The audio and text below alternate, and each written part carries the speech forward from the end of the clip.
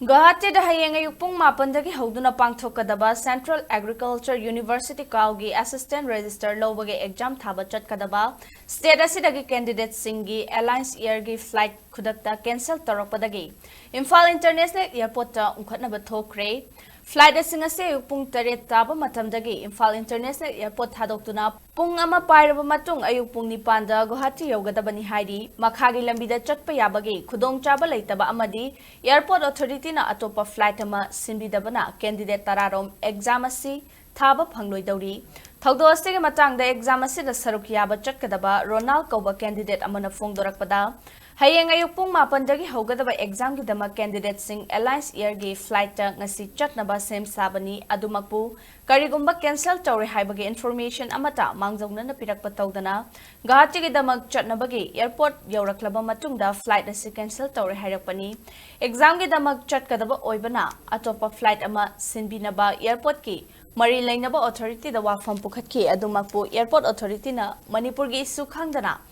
isu khangdaba manma mongda Imphal dagi azol chatlu haibu wafam thamlaki karigumba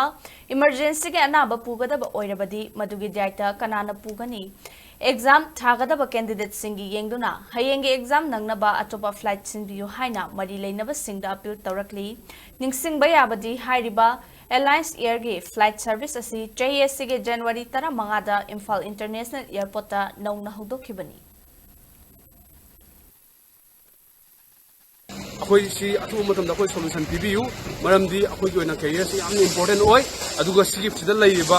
मोगी staff सिंगिना पीरिबा responsibility ओय दे हैबसे मयामना फसना खंगियू मरमदी money सिदा अखोई दा डील तवरे बिजा सॉल्यूशन अमता पियो यादे फाइट पियो सी यादे अखोई दि कई तगोदन खंदे लेबाक से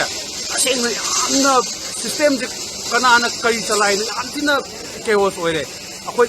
छात्र सिंगी तमुता खलगा सुबजे मखाना थोकनबा और एनी थर्ड पर्सन नंबर सिंगे मखाना थोकनबा कोई सॉल्यूशन पामी मखाना थोकनबा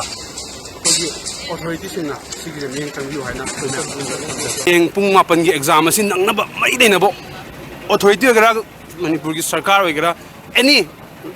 अथॉरिटी अमना अखोई सिगी सॉल्यूशन जे हेंग प्रकाश नंगनबा अखोई सॉल्यूशन अमा पीगदमनी हाइबसे अखोई मफमदगी अखोई कन्ना स्ट्रांग अपील तौजरी